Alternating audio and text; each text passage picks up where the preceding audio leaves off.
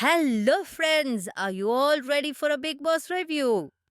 இது வரைக்கும் ஒரு டாக்டர் பிக் பாஸை ரிவ்யூ பண்ணி கேட்டிருக்கீங்களா இல்ல பார்த்திருக்கீங்களா?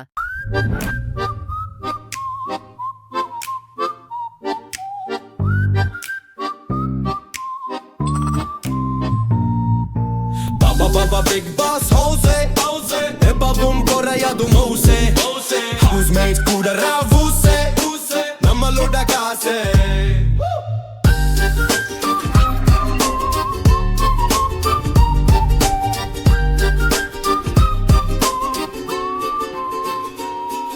பார்க்கலாம் வாங்க.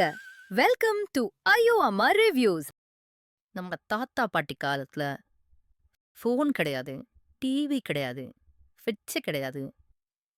எப்படி வாழ்ந்தாங்க வேற?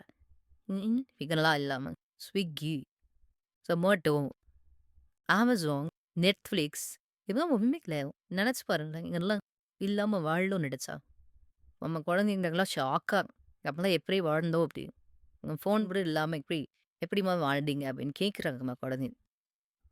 ஆனால் அப்படி தான் வாழ்ந்தானுங்களே.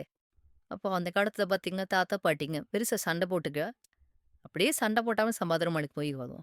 குழந்தைங்கள 4, 5 பேர் திருட்டாலும் அழகா ஒருத்தர் பார்த்துக்கிட்டு வளர்த்திட்டாங்க.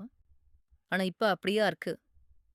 3, 2 ஆச்சு. 2 குழந்தைங்கனாங்க. உடம்புக்கு முன்னே போகுதுன்னாங்க. அப்புறம் இப்போ வந்து எதுக்குடா படத்தை பெத்துப்பாங்க. அப்புறம் நியூக்ளியர் ஃபேமிலினாங்க. உனக்கு நான் எனக்கு இடையிலாங்க. இப்போ எனக்கு எதுக்கு அப்புறம் அப்படிங்கிறாங்க. எல்லாம் தனித்தனியா வாழ்ந்துட்டு இருக்காங்க. ஸோ இதுவும் ஒரு காரணம்னு நான் நினைக்கிறேன். இந்த டிப்ரெஷன், சூசைட் ரைட்ஸ் ஆசையாயிடுச்சு. யாருமே சந்தோஷமா இல்லை. யாருக்கும் ஃப்ரெண்ட்ஸ் கிடையாது. ஸோ ஃபோனையே வந்து தன்னோட லைஃப் பார்ட்னர், ஃப்ரெண்டாவே நினைச்சு நிறைய பேர் வாழ்ந்துட்டு இருக்காங்க. Which is a very sad state actually. As a doctor நான் நிறைய பார்த்துட்டேன்.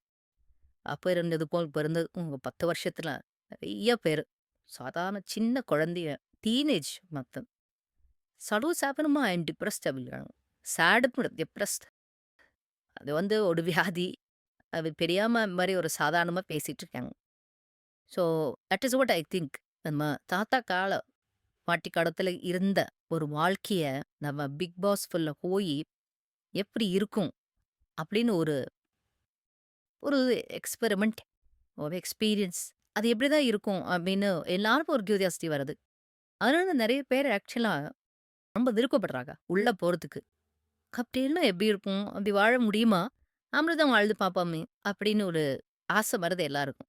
ஸோ அதனால தான் இந்த பிக் பாஸ் நிகழ்ச்சி வந்து இவ்வளோ பாப்புலரா இருக்கு. எல்லா ஸ்டேட்டையும் எடுத்துக்கோங்க. தமிழ்நாடு மட்டும் ஆல் ஓவர் இந்தியா எல்லா இடத்துலயும் ஸ்டேட்டையும் இது நடக்கும். So it is very famous actually. நான் அப்படிதான் நினைக்கிறேன்.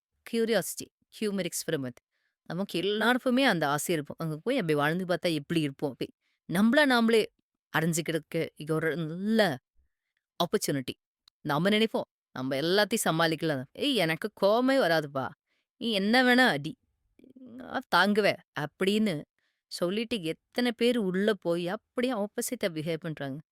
அவங்களே வெளியே வரும்போது சொல்றாங்க, நானா இப்படி அப்படி மாறிட்டேன் அப்படின்னு அவங்களே தன்னைத்தானே பார்த்து ஆச்சரியப்படுறாங்க. So I think it's a fantastic human experiment.